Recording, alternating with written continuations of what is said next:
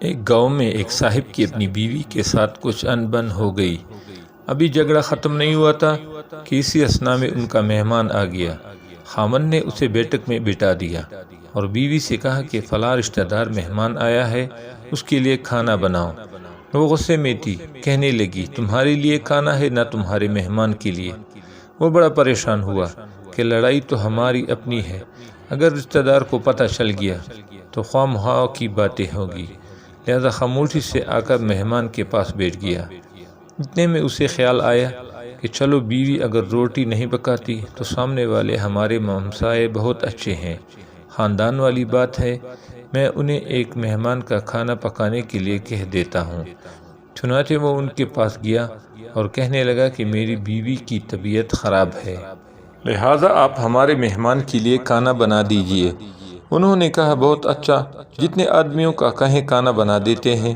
وہ مطمئن ہو کر مہمان کے پاس آ کر بیٹھ گیا کہ مہمان کو کم از کم کھانا تو مل جائے گا، جس سے عزت بھی بچ جائے گی۔ تھوڑی دیر کے بعد مہمان نے کہا ذرا ٹھنڈا پانی تو لا دیجئے۔ وہ اٹھا کہ گھڑے کا ٹھنڈا پانی لاتا ہوں۔ اندر گیا تو دیکھا کہ بی بی صاحبہ تو زور و قطار رو رہی ہے۔ وہ بڑا حیران ہوا کہ یہ شیرنی اور اس کے آنسو۔ کہنے لگا کیا بات ہے؟ اس نے پہلے سے بھی زیادہ رونا شروع کر دیا۔ کہنے لگی بس مجھے معاف کر دیں۔ وہ بھی سمجھ گیا کہ کوئی وجہ ضرور بنی ہے۔ اس بیچارے نے دل میں سوچا ہوگا کہ میرے بھی بخت جاگ گئے ہیں۔ کہنے لگا کہ بتاؤ تو صحیح کہ کیوں رو رہی ہو؟ اس نے کہا کہ پہلے مجھے معاف کر دیں، پھر میں آپ کو بات سناؤں گی۔ خیر اس نے کہہ دیا کہ جو لڑائی جھگڑا ہوا ہے میں نے وہ دل سے نکال دیا ہے اور آپ کو معاف کر دیا ہے۔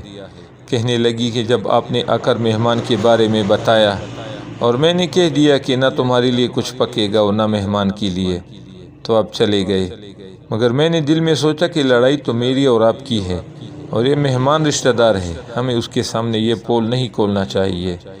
چنانچہ میں اٹھی کہ کھانا بناتی ہوں۔ جب میں کچن باورچی خانے میں گئی تو میں نے دیکھا کہ جس بوری میں ہمارا آٹا پڑا ہوتا ہے، ایک سفید ریش آدمی اس بوری میں سے کچھ آٹا نکال رہا ہے۔ میں یہ منظر دیکھ کر سہم گئی۔ وہ مجھے کہنے لگا اے خاتون پریشان نہ ہو، یہ تمہارے مہمان کا حصہ تھا جو تمہارے آٹے میں شامل تھا۔ اب چونکہ یہ ہمسائے کے گھر میں پکنا ہے اس لیے وہی آٹا لینے کے لیے آیا ہوں۔ مہمان بعد میں آتا ہے جبکہ اللہ تعالیٰ اس کا رزق پہلے بھیج دیتے ہیں۔ سبحان اللہ۔